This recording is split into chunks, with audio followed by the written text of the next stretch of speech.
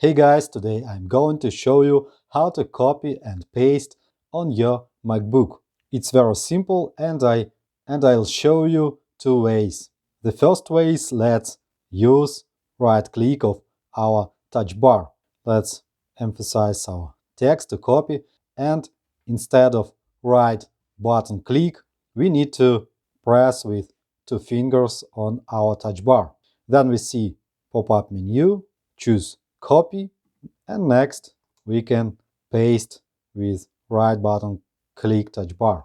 Two fingers and then paste. And when we use these commands, copy and paste, we see that we can use keyboard. It's a shortcut for keyboard C and V.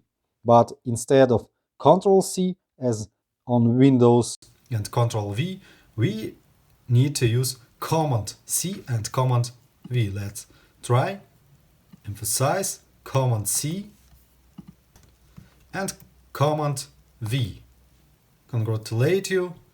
We can copy and paste on our MacBook. See other videos on my channel about how to use MacBook. Thanks for watching. Good luck and all the best.